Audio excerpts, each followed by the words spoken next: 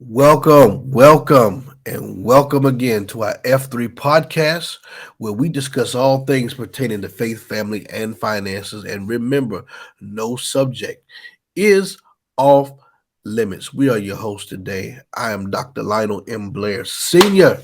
I'm a senior because I got a junior. All right. And I'm sitting next to the sainted mother herself, Oh my gosh. the perfect wife, perfect like Jesus, right? Mhm. Perfect in all her ways, bless God. The sainted mother Mhm. herself, Dr. Jasmine Blair. We got a good one for you today, Where as you, always. where you get sainted mother I from? don't know. It just came to me, so it just came to my mind.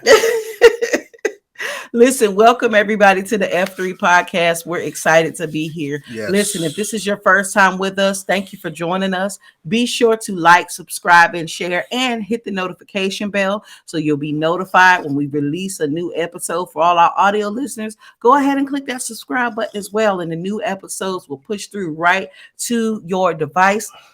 Be sure to check out the description box in the show notes for links for our different products and services that we have to offer. We've got some great stuff that we want to give you guys access to. So please make sure you check those links out. And there is a link for you to support the podcast. But more importantly, you can send us a topic. If you've got a topic you want us to discuss, you've got a question you want answered here on the show, maybe something you always want to know, something that's going on in the body. Maybe you've got a juicy topic you want to be discussed. Maybe something you feel like, well, I want to know this, but I can't really ask my pastor this.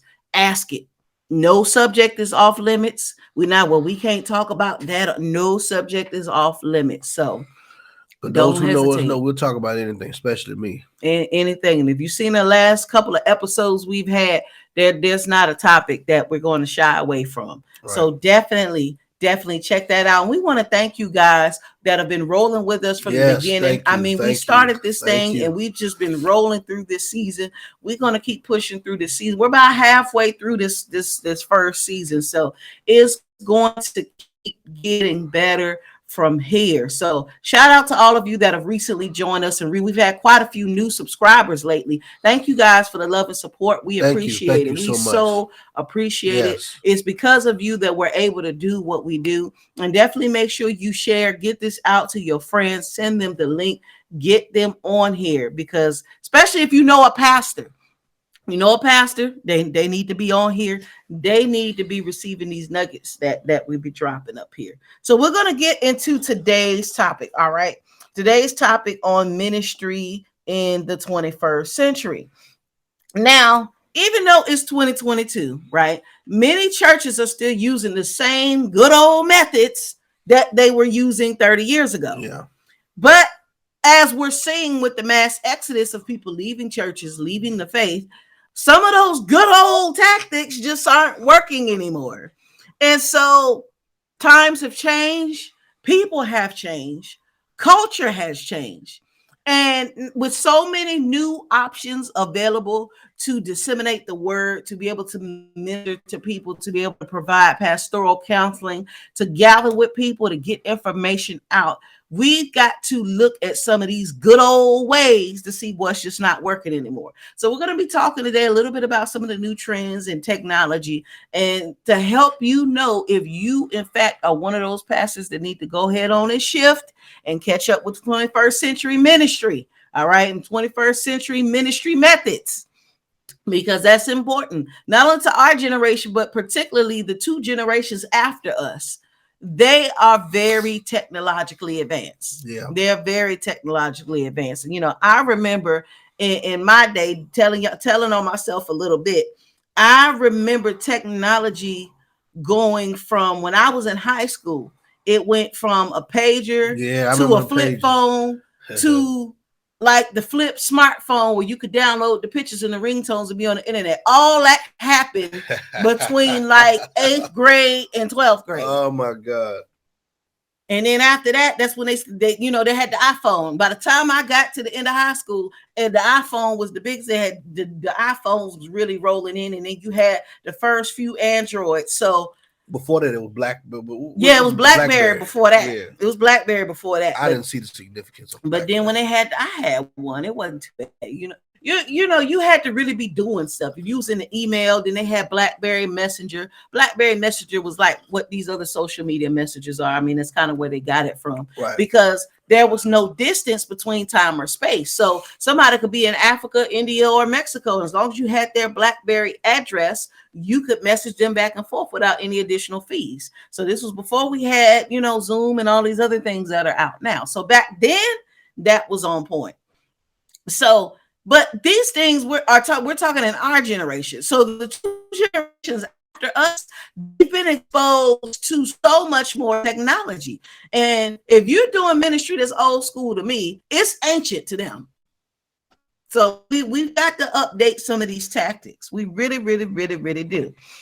Now I want you to talk to us a little bit about where ministry was versus where it is. People always talk about, well, I'm going back to my roots. I'm going back to the good old ways versus today. I mean, with those contrasts.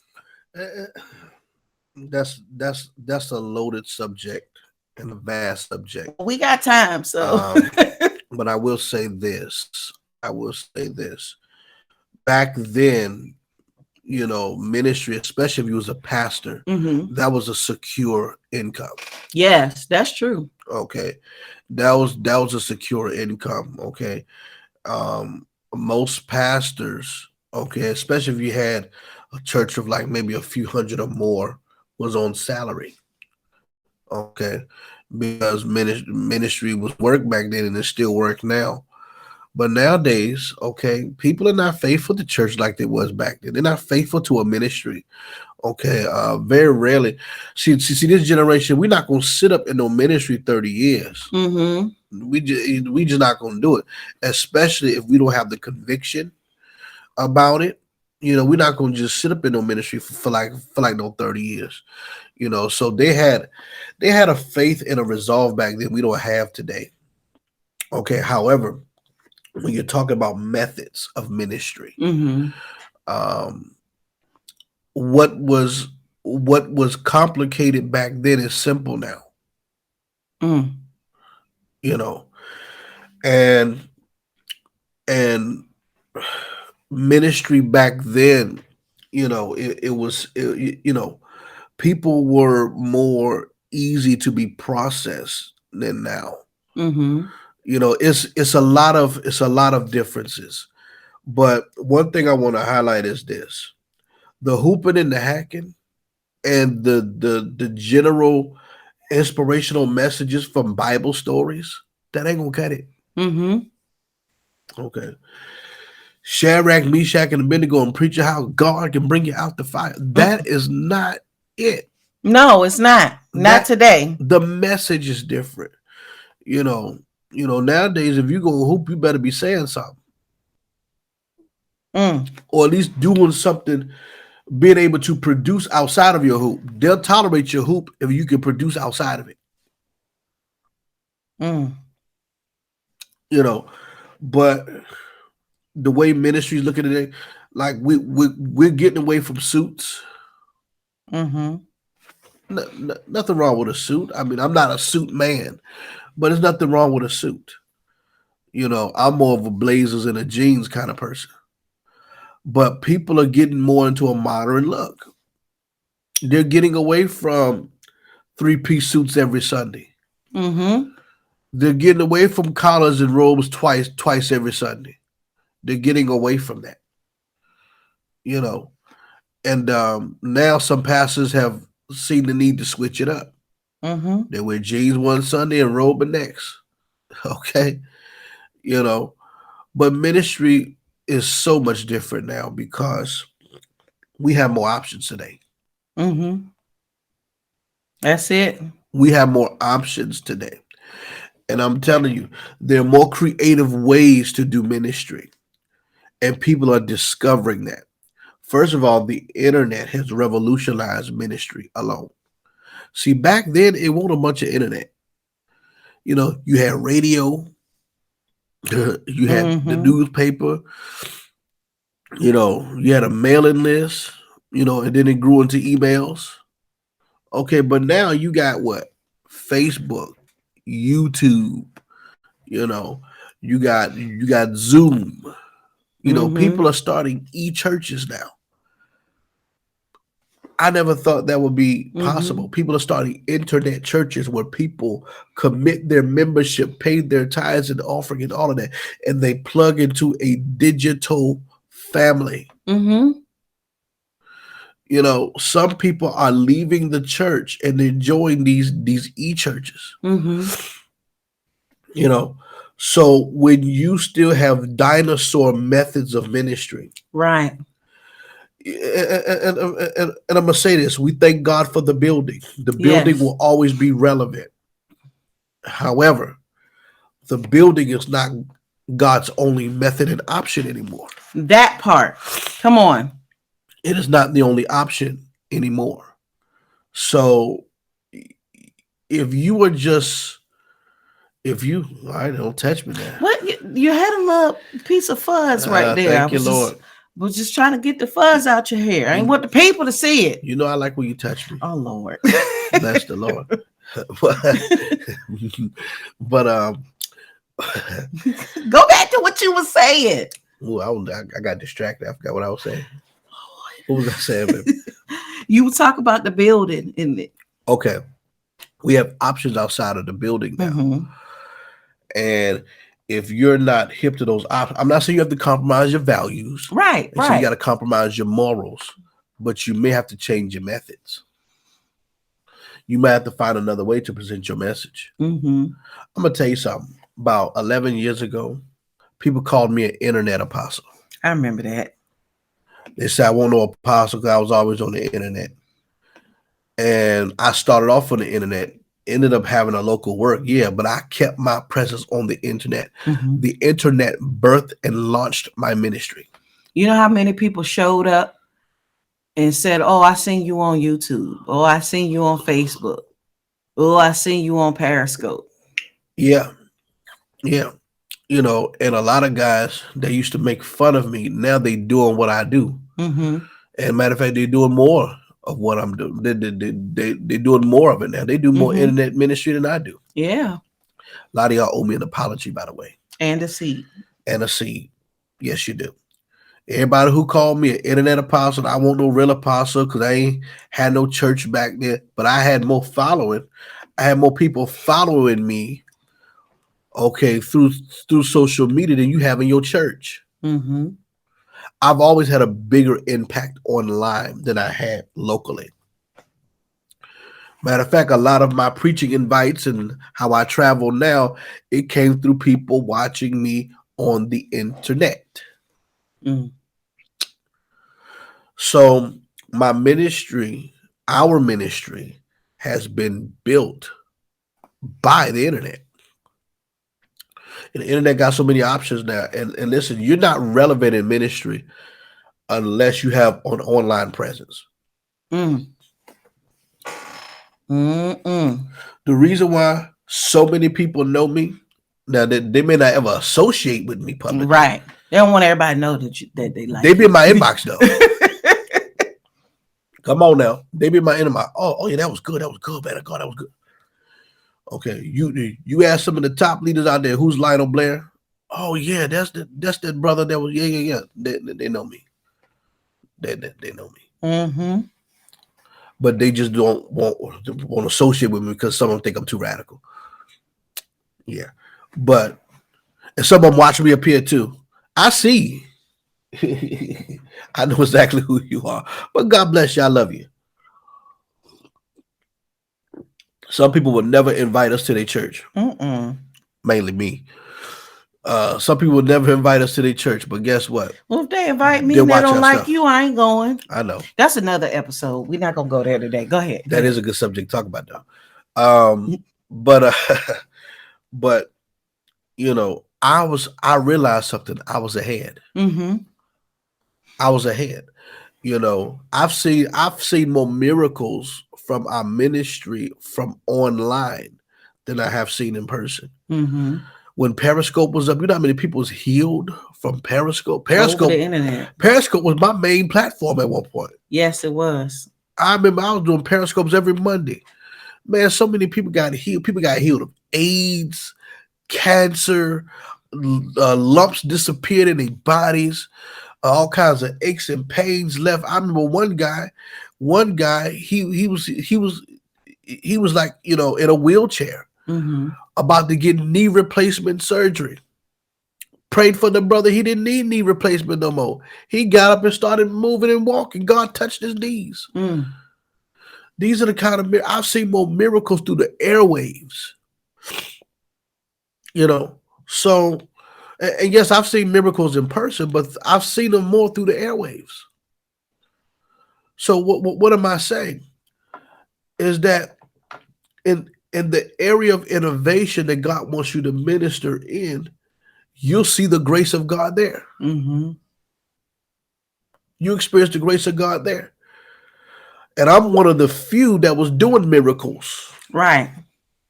On the internet. Come on. Emphasizing miracles through the airwaves from the internet. Long ago. A lot of these guys copied me and some others that was doing it. I'm one of the first ones that was praying for people live and actually seeing them healed. Okay. See, people been prophesying, but they haven't been praying for healing consistently up until recently. Yeah. So back then is way different because ministry was looked at as one way, pulpit ministry. Yeah.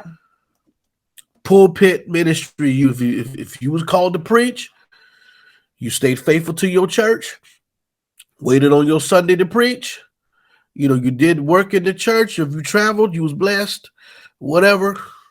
But now, it's so many options. Now there's the revelation of marketplace ministry or Seven Mountains. And we're realizing that, hey, now that the message of the kingdom is being realized, we now realize that we need to take this. Okay, we need to take this and we need to spread it throughout all society. Because the kingdom is for all areas. So ministry in the 21st century is not just in the local house no more. Okay, because people taking their ministry to the marketplace. People are taking their ministry to the Senate seat. They're taking their ministry into business. And then business has become their ministry. But y'all call them carnal. Okay. Come on. Y'all call them carnal.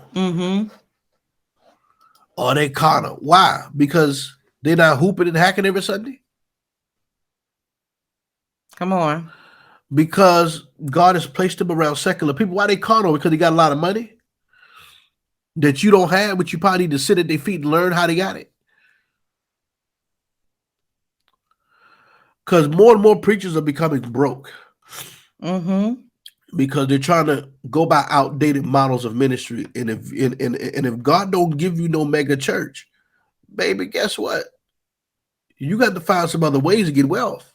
Yeah, those who preach the gospel should live off the gospel. That's the Bible. But that don't mean you are going to live off the gospel. That's right.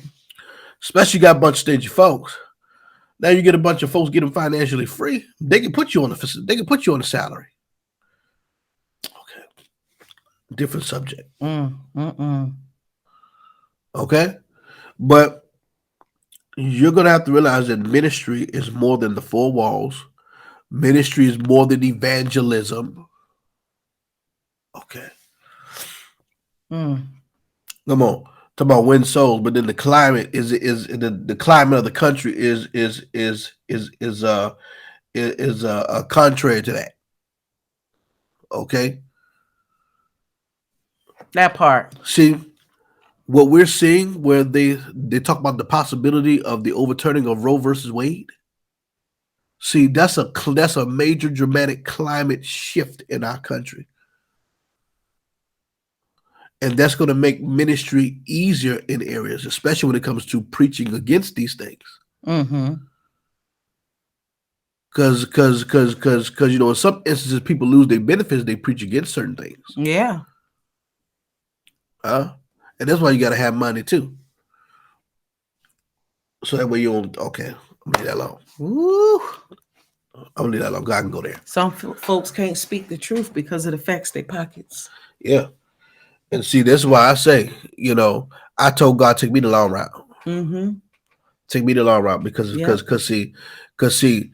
you get all the benefits and you do all that stuff. You can blow up quick, but at what cost? At what cost? They're muzzling your mouth for money. You ain't gonna muzzle me, baby. I'm gonna say what I want, when I want, how I want to say it on my platform. And if you don't like it, that's your business. God bless you. Can't nobody control or muzzle my mouth. Nobody has authority over this but me. All right. And I'm gonna say what I want when I want to say it. And if I be wrong, God will deal with me because He's done it before. Okay. But ain't nobody gonna muzzle me. Mm-mm. And listen, y'all keep trying to build churches. See, back then they built buildings and they built churches. A lot of emphasis was put on the service in the building. Nothing necessarily wrong with it. But now God is putting emphasis, and we're going to begin to see this over the next 10 to 20 years. God is putting emphasis on community. Mm. The church is missing the principles of community.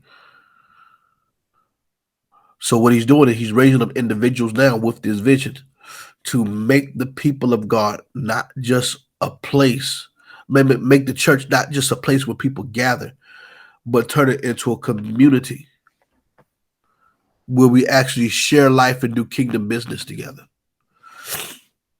I'm telling you, 21st century ministry, and then too, you didn't see a lot of power back then either. Mm-hmm. It was very few. Let's go there for a minute. Mm-hmm. You didn't see a lot of power back then.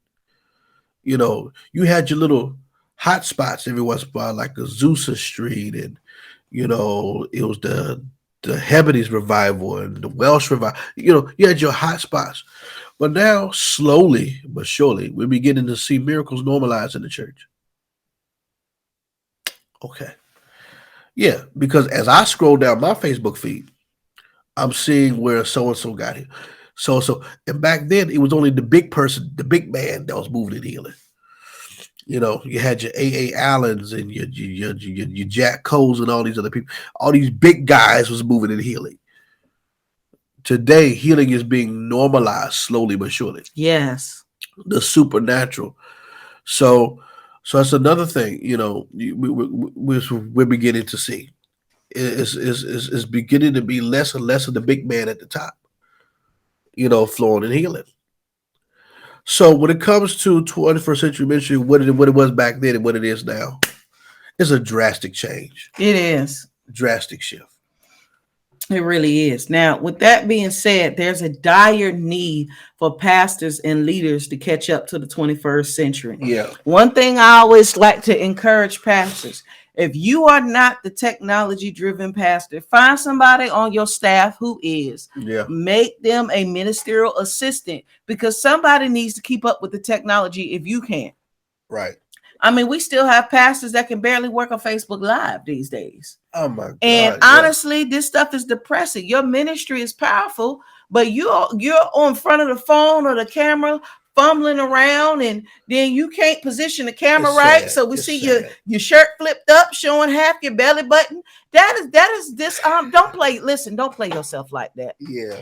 Find somebody who is honorable that you can train to work with you and assist you with this technology to make you look God's best, to help showcase you in the way that you would be honored in the pulpit. In the pulpit, you honorable, and on the internet, you look a mess because you don't know what you're doing. Right. Bring somebody that is already in the ministry that has an eye for that. And see, this is part of the issue with 21st century ministry. And not only is it showing the incompetence of some of these pastors with technology and their lack of upkeep with the times, it's also exposing a sore in the body of not thinking everybody's just supposed to be trained to preach. For the ministries that have never been training somebody for a camera, you haven't really been training somebody to I'm not talking about somebody just fiddling buttons. I'm talking about actual sound engineering. See, one of these things about Black folks, and I hate to say it, We just always let them use you, baby. No, somebody needs to be trained and competent. We need to grow from let them use you. Okay, what type of schooling do you need? What type of certification do you need? Where can we invest in you so that you can then come back and train others professionally? Right.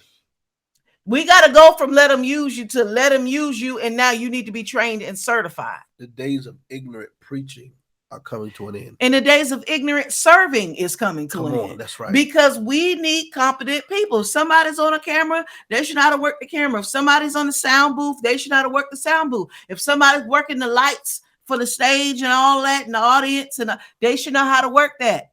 If somebody's adjusting microphones, if they're adjusting scenes, if you've got somebody driving, if you've got somebody doing registration, they should be able to manage the database. They should not do a check-in with a ticket. If they got to look up somebody's name, we don't need Grandma Watermelon. What was your name again, baby? Okay, hold on a minute. Let me see. No, by now they got things that you can do yourself. You don't even have to pay these large companies. And it's at affordable prices to where the person should just be able to bring their phone and you just scan it. Yeah. And if you can't scan it, you should be able to just type the number in that's on the phone. You should do it. They had all of that before the pandemic. And even now that they don't want everybody touching everything, they have these resources available, but you have not tasked somebody to look for them. As the senior leader, if you don't know how to do it, find somebody on the staff that can do it and that is willing to teach you in humility and willing to assist you and train everybody else. It's not that hard. Some of y'all just are not looking and you're just doing what you see everybody else doing, and it's not even what you're supposed to be doing. Train people. It's okay to catch up with the times, but by now nobody should be flipping through 8 pages of paper for a 400-person conference trying to find somebody's name. That's ridiculous. That's ridiculous. So we've got to work on that. Then we got to work on upgrading equipment. You know, equipment is important in the 21st century. You cannot have a computer from 2012 and think it's going to work today. It ain't. Now, if you're a technological person, you've been keeping up with it. Maybe you got the battery change, you got the RAM change, you got the Wi-Fi card change, you know, you got the hard drive change. Then yeah, but get a new computer. Just buy a new one. Just buy a new one. Get a new computer. You don't need anything fancy. But see, some of y'all don't have the equipment you need.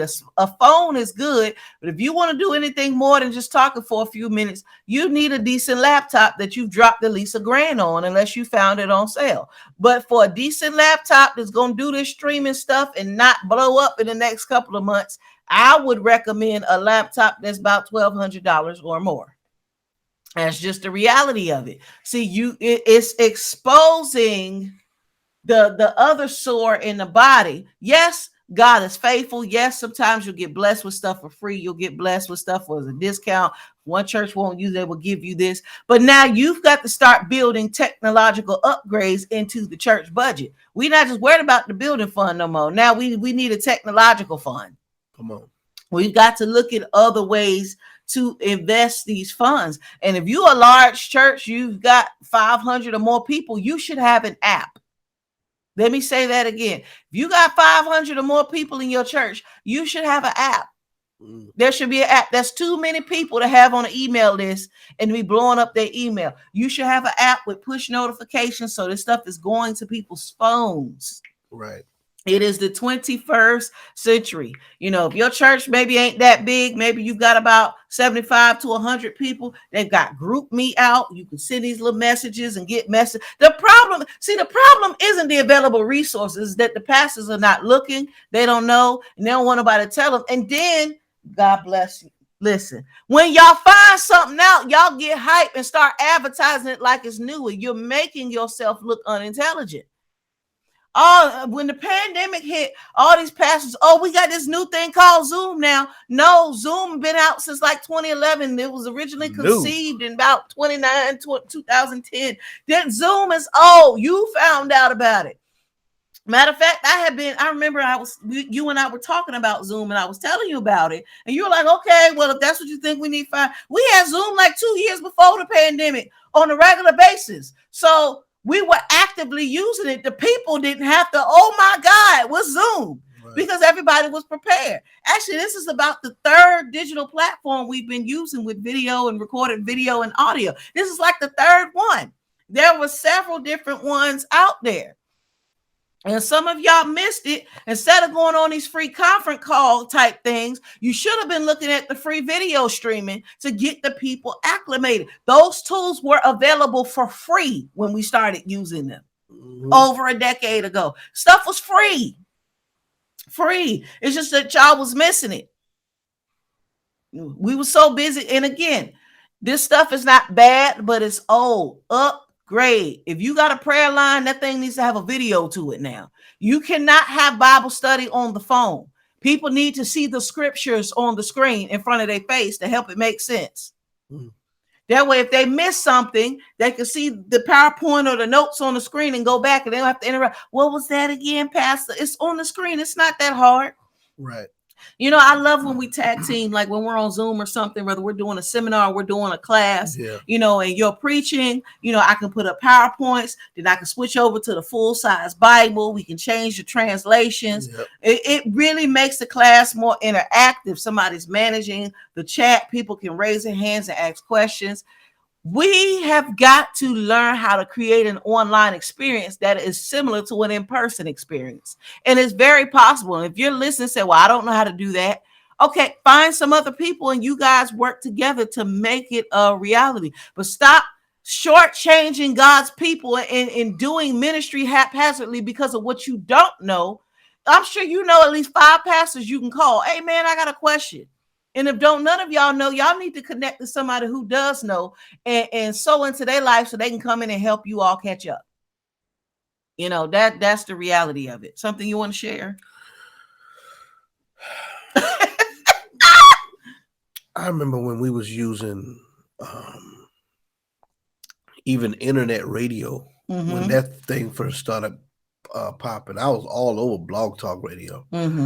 You know, I you know, some stuff I'm ashamed of. I was very immature and very ignorant. I was mean back then. I was very mean. I was very mean. A meanie. I was always preaching against something or somebody. But my ministry grew through the innovation that was there. And I'm telling you, video is the way to go. Yes, indeed. You know, streaming is the way to go. You know, that means that you can't.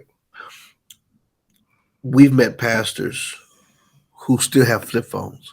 And guess what? Their ministries are pretty much non-existent. Life support. Yeah. Life support. I've seen people with no anointing. Well, come on. I mean, zero no anointing. Can't pray a flea off a dog, no anointing. But they know how to talk, and they know how to inspire, and they know how to communicate. Get up here, and I mean, get thousands of followers. And of course, you know, when that thing start being monetized, I mean, that's their bread and butter. Oh yeah, that's their bread and butter. I mean, no anointing, but can get up here and inspire you, and you just eat it up, gobble it up, and they get paid. You know, you gotta be able to shift with the times. You don't have to compromise your standard, right? But you need to make a shift with the times without conforming to the spirit of the age. That part. All right, because some of y'all go too far now. You know, I'm not against tattoos or piercings. Some of y'all go too far with this stuff. Yeah. Be having the bull thing in your nose. That's dumb. Piercing your eyebrows now for what? That's going a bit too far. Tongue piercing. What you need a tongue piercing for? What is that for? You see how we take stuff too far. Yeah. You know, tattoos. You just got to tattoo your whole body like these rappers. Just, you know, not an ounce of skin showing. You just all tatted. That's not cool. See, that's the spirit of the age. You don't have to conform to that, Right. you know, but you do need to um, make yourself a little more presentable to the audience that you're trying to reach. Yeah. Because guess what? The old time way is dissolving. The way they did ministry back then is different now. Mm-hmm. You know, it takes you're gonna have to start having different conversations. Yep. You know, you can no longer hoop them out of homosexuality. Nope. Okay, you can't hoop nobody out of perversion. You got to go back to their childhood Mm-hmm. and deal with the root of their issues and labor with them until they get free. Mm-hmm. Come on now, you can't, you know. And I believe, like you said, I think you mentioned something about tent meetings or something recently. Mm-hmm. Tent meetings are good. I love a good tent meeting, Yes. and I think they're still needed, but they're not as prominent as they were Mm-hmm. back then because some things God keep, but we need to move on from the extra emphasis on these things. See, Exactly. some things are never supposed to be done away with, just the extra emphasis on it because God made his point. Mm-hmm. And that's what a lot of these denominations are, is Right. God making a point. But we have these denominations, a lot of these denominations are a result of building a monument around a movement, Mm-hmm. Mm. That's good. you know, instead of moving on to perfection. A lot of y'all can't even get past Pentecostalism because, well, that's all I know. This is the right way. Really? How you know? Mm. And don't let me get on you holiness people. Oh, holiness, we the only ones that still right. Really? Really? But a lot of y'all gossip, you mean as hell. You don't know how to treat people. You know, you don't know how to talk to people. You understand? I found less love from holiness Pentecostals and apostolics with no apostle, which makes no sense to me. Mm-mm. I've got questions that need answers. Yeah, because you're not apostolic without an apostle. That's dumb. Signs that make you wonder. Yeah, signs that make you wonder, and then you realize it's just a blunder. So ministry in the 21st century. Mm. It's not about the brick and mortar. It's about the community of the saints. Yes. Glory to God. Let me say it again. It's not about the brick and mortar. It's about the community of the saints. And guess what? Nowadays, people are gathering back in their homes. Mm-hmm. Did you know that? There are people who have in church in the park every Sunday. Their little Apostle Catherine Creek, she has services in the park every week. Mm. In the park. She have church in the park. I ain't have church in the park. God bless her. God bless her. It be hot, cold, and everything else. But guess what? She got a strong deliverance ministry. She getting people free. You understand? So, and I'm pretty sure she can get a building. But for whatever reason, God might have instructed her, hey, have it in the park. Mm-hmm. Because some people will come to the park that may never come to your church. That's true. Somebody may buy a big old plot of land and say, hey, do it on your land. Mm-hmm. I know an apostle that's doing that too right now. Glory to God. He just converted his barn into a sanctuary. Come on now. Mm. You understand? And I'm telling you, God is moving in different ways that's unfamiliar to what we know today as the local church. What strategy did God give you that you thought was insane? Mm. Not of God, because it don't look traditional. God might have told you to open up your backyard. Mm. God may tell you to go down to the beach every Sunday. Come on. Set your praise and worship stuff up. You worship to the glory of God and you preach. Okay. God may just tell you to disciple a small group of people. And through that small group of people, y'all become the foundation of a great work.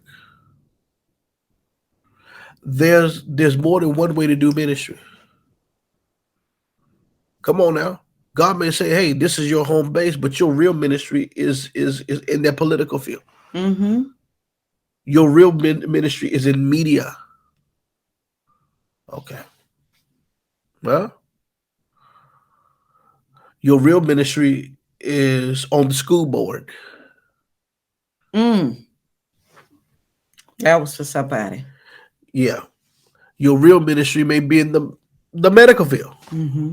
You know, 'cause there's a whole lot of crap going on there. Come on. Mm. Arts and entertainment. Come on. God may have you out there with the foul mouth cussing rappers. With the secular people. With the secular people. Yes, with the secular people. And guess what? He'll cause you to be a light. Just being yourself. Not walking up in there slaying all. Ikabasad, the blood of Jesus. No. You slay it all. And they looking at you like you're dumb. No, baby, I don't do that. Mm-mm. Yeah, we're not going to cast them for the next movie. They were, doing that weird church stuff. Yeah. Mm-mm. Yeah, we need some people in Hollywood. I mean, one time, it was a recent place that I preached at, and I called one young man out, and the Lord told me that he was going to be an actor.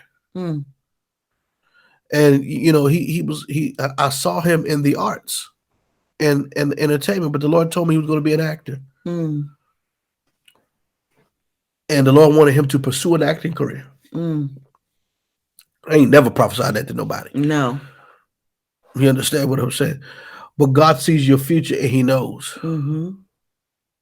Okay. And it won't just because he was tall and he had the look, man. Listen, sometimes God builds you a certain way for a reason. Yes, he does. And he wants you to be a light. Mande Bekosha. He wants you, I'm trying to speak in tongues here. This is just the podcast. Yeah, we on the podcast.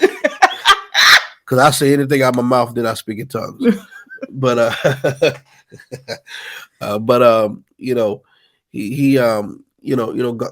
God want him to be a light where he's at. Mm-hmm. He has the Holy Ghost. The boy shook under the power of God. Mm-hmm. Well, I thought you were going to either fall out or explode.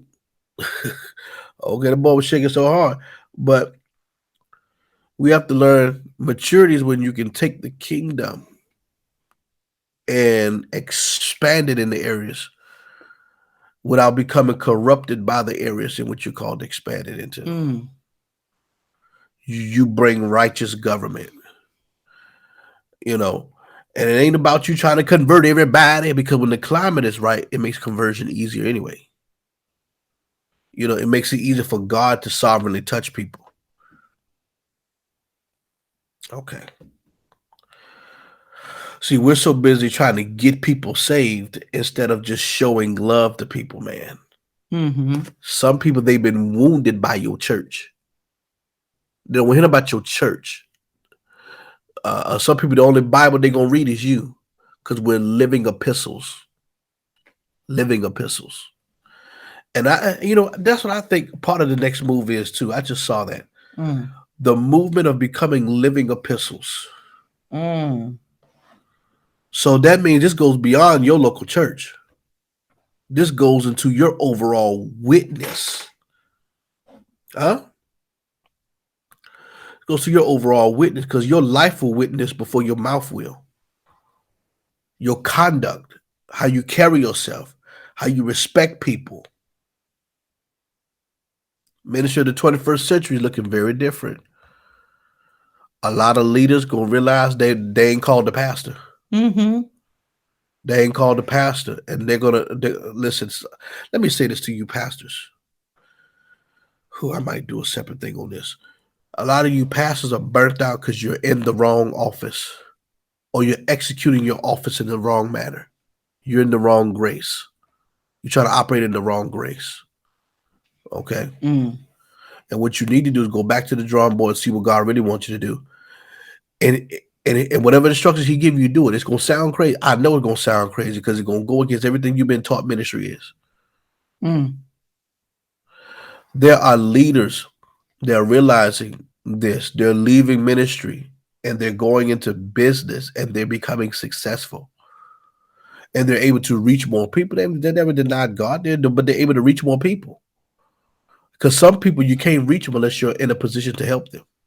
Come on. And it takes money and influence and all that stuff to be able to do that. So, well, this is a good place to close this episode. yeah. Definitely stay tuned for more. Check out those links again in the description and send us a message. Who knows, your topic may be the topic on the next episode. And until next time on the F3 podcast, goodbye. Bye-bye.